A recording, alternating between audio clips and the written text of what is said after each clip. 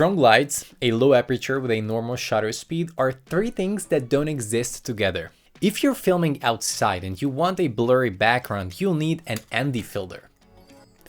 It's not supposed to be like this though. Let's quickly see what ND filters are and when to use them. Good morning guys, Dams here. Welcome back to Filmmaking Simplified. I'm very happy to have you back. So ND filters, neutral density filters, are very simply put sunglasses to your camera. No, not like that. But they pretty much work the same way. They decrease the amount of light that enters the camera.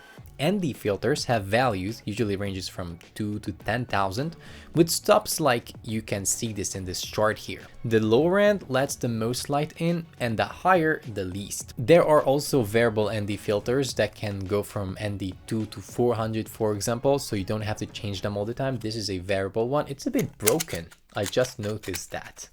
So I don't know if I can fix it. And some higher end camera models have built-in ND filters as well. As a creator, your set of tools will very much determine the kind of content that you can create.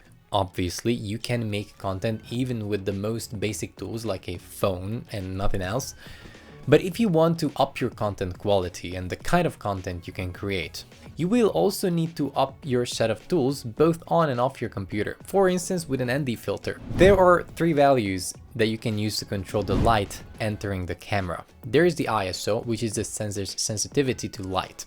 There's shutter speed, which is the amount of time your gate is open, where the light enters.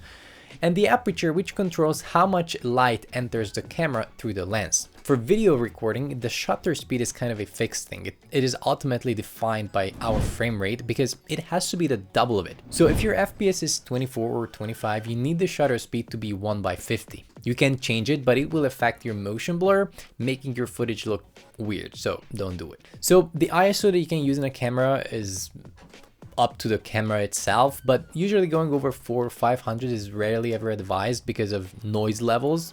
The higher the ISO is, the more noise can be introduced into the image. And finally, we're at aperture. Aperture is determined in f-stops or t-stops. Since only high-end lenses use t-stops, now I'll only talk about f-stops. When it comes to f-stops, the lower the number is, the bigger this space is where the light enters. Take a look at this lens here.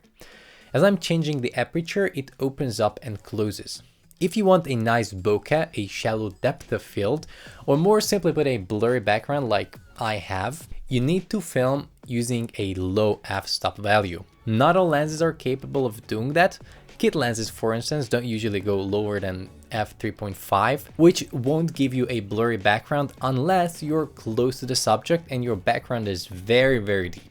Anyway, so you need a low f-stop like f1.4 or f.8. This is f1.4 and that's why I can have this blurry background even though the wall is literally one arm away, so it's pretty close.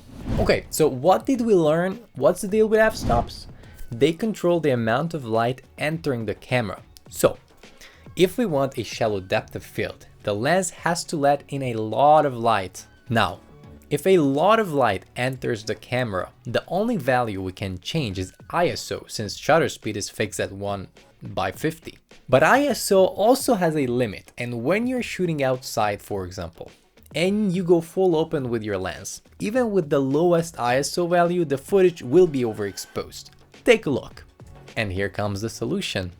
ND filters. By placing another glass, an ND filter, in front of our lens that limits the amount of light entering it in the first place, it will give us the chance to shoot in bright scenarios with a low aperture and get really nice cinematic shots. This is why you need ND filters. You just simply couldn't do this shot, for example, without one.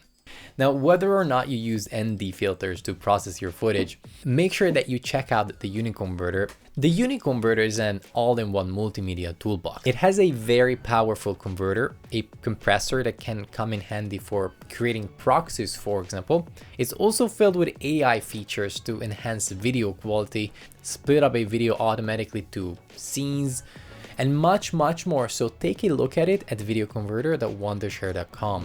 Before getting an ND filter though, note that cheap ones, and especially cheap variable ones, can put a weird extra color layer on the image or these circles at certain stops. So in order to avoid that, watch a few test videos on YouTube or go for higher end models. Obviously they will be more expensive.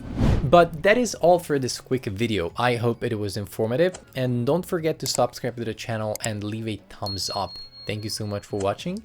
Have a great one, guys.